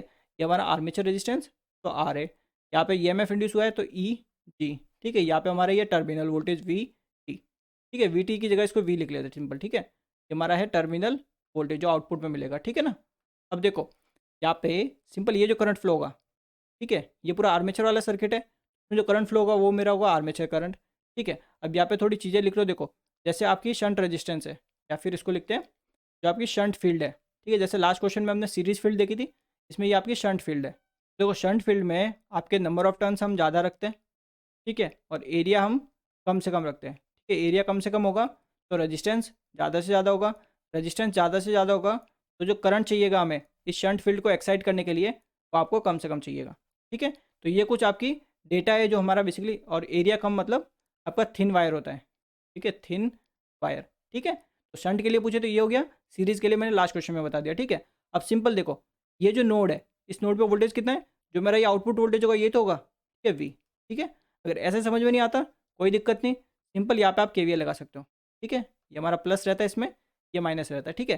केवीएल लगाऊंगा तो देखो सिंपल क्या हो जाएगा, देखो के वी एल, ठीक है। तो मेरा आउटपुट लूप है, इसमें मैं केवीएल लगा रहा हूँ, तो देखो केवीएल लगाते क्या हो जाएगा, देखो ई जी, ठीक है, minus I A into R A, ठीक है, then minus terminal voltage equals to zero. मेरे को पूछा आर्मेचर करंट यानी आई ए, तो आई ए यहाँ से निकालना है, तो देखो सिंपल आई ए क्या हो जाएगा, E minus we divided by, इसको ई जी लिखेंगे, ठीक है ना, ई जी माइनस वी डिवाइडेड बाय आपका आर्मेचर रेजिस्टेंस। तो ये हमारा क्या हो जाएगा, आर्मेचर करंट, यानी कि आपका C option correct answer. The series field of a short shunt DC generator is excited by, कौन सा बोला है, शॉर्ट शंट, ठीक है। देखो शॉर्ट शंट का मतलब क्या है ये समझो, देखो अगर आपका कोई जनरेटर है, ठीक है, जनरेटर है, इसलिए देखो ये हमारी है सीरीज वाइंडिंग, ठीक है, ये हमारा है आर्मेचर रेजिस्टेंस, ठीक है, और ये हमारा है आर्मेचर, ठीक है, ये हमारा हो गया आर्मेचर, ठीक है। जनरेटर बोला है तो जनरेटर की बात करें, ठीक है ना, सिंपल ऐसा कुछ होगा, ठीक है। अगर इसने शॉर्ट शंट बोल दिया, ठीक है, शॉर्ट शंट का मतलब है जो आपकी शंट फील्ड वाइंडिंग है उसको आप सिंपल क्या करोगे, यहाँ से कनेक्ट कर दोगे, ठीक है। यानी फील्ड वाइंडिंग को आप क्या करोगे, जो आर एस सी है ना, सीरीज वाइंडिंग, तो आप सिंपल इसके साथ कनेक्ट नहीं कर रहे, तो यहाँ पे ये हमारी हो जाएगी shunt winding. Shunt winding turns ज़्यादा होते हैं, ठीक है, तो टर्न्स ज़्यादा बना दिए मैंने, ये हमारी हो गई शंट वाइंडिंग, ठीक है, आर एस एच, ठीक है। ये आपका होता है शॉर्ट शंट, ठीक है, शॉर्ट शंट यानी शंट को या फिर शंट वाइंडिंग को आपने शॉर्ट कर दिया, ठीक है।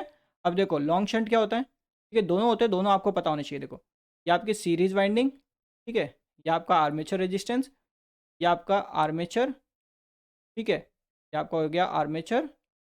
देन हमें क्या करना है, लॉन्ग शंट बनाना है ना, लॉन्ग शंट में हम सिंपल ये शंट वाइंडिंग पूरी यहाँ तक बनाएंगे, यानी जो फील्ड वाइंडिंग है ना हमारी सीरीज वाइंडिंग वाली, तो भी इसमें कवर कर देंगे, ठीक है। तो ये आपका पूरा कुछ ऐसे बनेगा, ये आपका लॉन्ग शंट, ठीक है, लॉन्ग शंट। अब सिंस जनरेटर की बात की है तो जनरेटर में हमें आउटपुट करंट मिलेगा, ठीक है, कुछ यहाँ पे करंट मिलेगा, ठीक है, तो लिख सकते हैं R S C I S C, ठीक है, बिकॉज सीरीज वाइंडिंग के थ्रू करंट फ्लो होगा ना, ठीक है। और यहाँ पे ये हमारा हो जाएगा आर्मेचर करंट आई ए, ठीक है। तो इसने क्या बोला है, देखो शॉर्ट शंट में कौन सी वाइंडिंग बोला है, सीरीज वाइंडिंग, तो बोला है कि सीरीज वाइंडिंग किससे एक्साइट होती है ये पूछी है, ठीक है। तो हमारा जो जनरेटर होगा, ठीक है, जनरेटर में ऑब्वियस बात है यहाँ पे हमारा लोड कनेक्ट होगा, ठीक है, यहाँ पे हमारा कोई ना कोई लोड कनेक्ट होगा, ठीक है।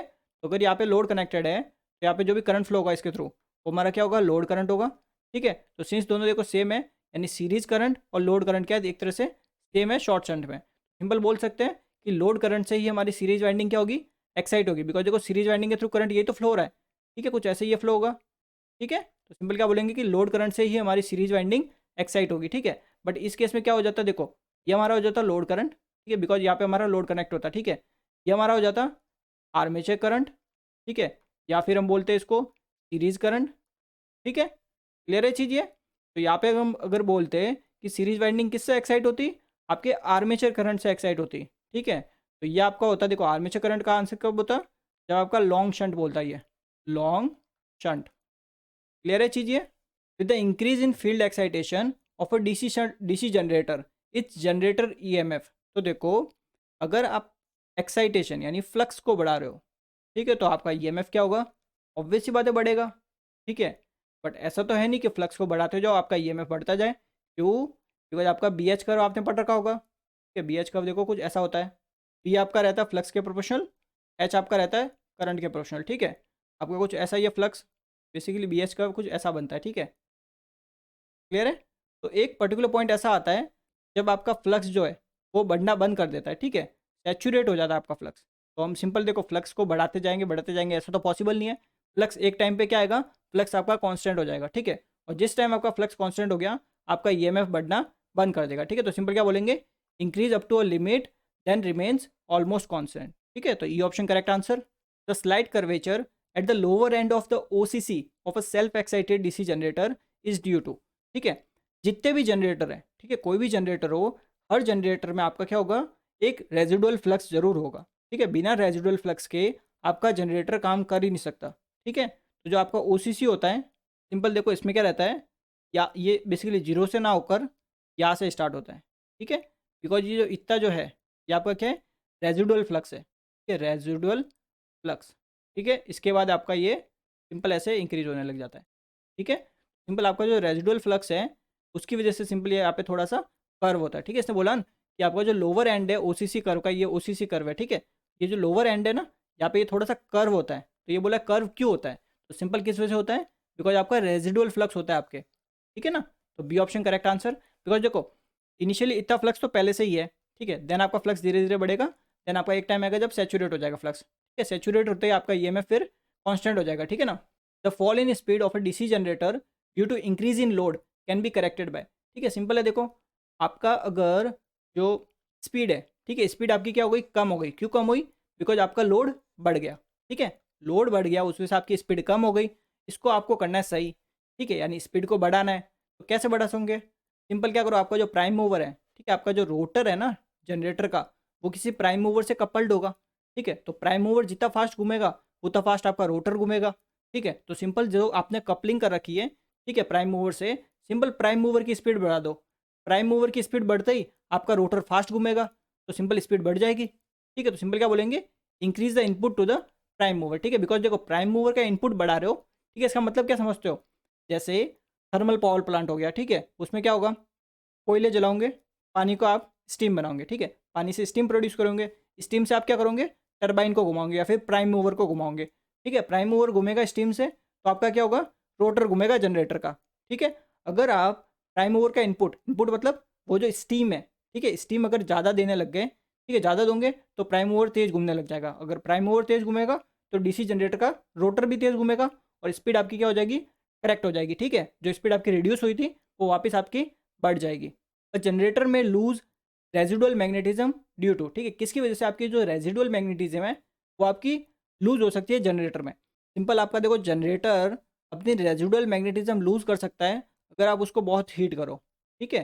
कोई भी मटेरियल हो, ठीक है, अगर उसको आप हीट करते हो तो वो अपनी रेजिडुअल मैग्नेटिज्म खो देता है, ठीक है। रेजिडुअल मैग्नेटिज्म मतलब कैसा होता है, देखो अगर किसी चीज़ को आप बहुत टाइम तक मैग्नेटिक फील्ड में रखते हो, ठीक है, बहुत टाइम तक बहुत स्ट्रॉन्ग मैग्नेटिक फील्ड में, अगर किसी चीज़ को जैसे मान लो कोई लोहे की चीज़ है, ठीक है, कोई आयरन ही है, ठीक है, कोई आयरन ही है, उसको आपने बहुत स्ट्रॉन्ग मैग्नेटिक फील्ड में बहुत टाइम तक रखा, जब आप उस लोहे की वो जो रखी आपने चीज़, ठीक है, जो भी रखा आयरन पीस, उसको जब आप निकालोगे ना तो उसमें थोड़ी बहुत आपकी मैग्नेटिक प्रॉपर्टी आ जाएगी, यानी वो क्या करेगा, जो छोटी छोटी लोहे की चीज़ होगी उसको ये अट्रैक्ट करेगा, यानी मैग्नेट की तरह बिहेव करेगा, ठीक है। वो क्यों बिहेव कर रहा है, बिकॉज वो आयरन का जो पीस था उसमें थोड़ी बहुत आपकी रेजिडुअल मैग्नेटिज्म आ गई है, क्यों आई, बिकॉज आपने उसको बहुत टाइम तक मैग्नेटिक फील्ड में रखा।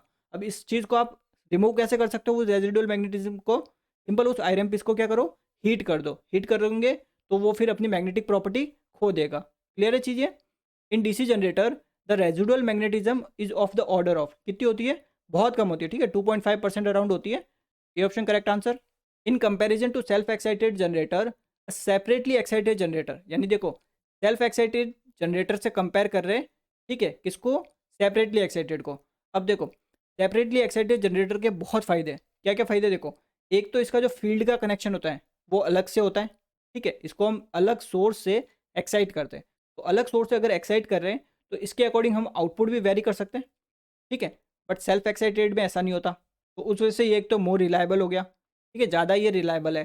बिकॉज देखो सेल्फ एक्साइटेड में अगर आपकी फील्ड वाइंडिंग ख़राब हो गई, ठीक है, तो वो एक दिक्कत आ जाएगी, ठीक है। बट सेपरेटली एक्साइटेड में अगर फील्ड वाइंडिंग खराब भी हो जाती है तो अलग से, वैसे ही ये फील्ड वाइंडिंग आपकी सेपरेटली एक्साइटेड में सेपरेट है, अलग से है ना, ठीक है, तो उसको आप सिंपल इजीली रिमूव कर सकते हो, ठीक है, इजीली आप नहीं लगा सकते हो, ठीक है। बट सेल्फ एक्साइटेड में पूरी आपको चेंज करनी पड़ेगी, ठीक है।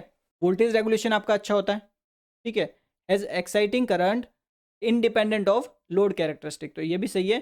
बिकॉज आपका देखो जो एक्साइटिंग करंट मतलब जो आपका फील्ड करंट आप दे रहे हो, ठीक है, वो आप अलग सोर्स से देते हो, ठीक है, इसका लोड से कोई लेना देना नहीं होता। बट सेल्फ एक्साइटेड में आपका लोड से लेना देना होता है, ठीक है। तो सिंपल आपकी जो एक्साइटिंग करंट है या फील्ड करंट है वो लोड पे आपका डिपेंड ही नहीं करता, ठीक है, तो ये भी एक अच्छी बात है, ठीक है, रिलायबल भी है और वोल्टेज रेगुलेशन भी अच्छा होता है। बिकॉज वोल्टेज रेगुलेशन मतलब आप अपने हिसाब से अगर फील्ड वाइंडिंग का करंट आप बढ़ाते हो, फ्लक्स बढ़ेगा तो ईएमएफ भी ज़्यादा इंड्यूस होगा और टर्मिनल वोल्टेज भी फिर ज़्यादा मिलेगा, ठीक है। वरना सेल्फ एक्साइटेड में आप जो वाइंडिंग लगा रखे आपने, सीरीज हो, ठीक है, कुछ भी हो, उसमें कुछ ना कुछ थोड़ा बहुत ड्रॉप तो होगा ही। अगर आपका ईएमएफ थोड़ा उसके अक्रॉस ड्रॉप हो गया देन आउटपुट वोल्टेज या फिर टर्मिनल वोल्टेज आपको कम मिलेगा, ठीक है, उससे आपका वोल्टेज रेगुलेशन भी अच्छा नहीं होगा। बट सेपरेटली एक्साइटेड में ऐसा आपका कोई प्रॉब्लम नहीं होती, ठीक है। तो सिंपल क्या हो जाएगा, has all of the above features. Clear है चीज़। तो आज के लिए बस इतना ही करेंगे, बाकी क्वेश्चन हम अगली वीडियो में करेंगे। Thank you very much.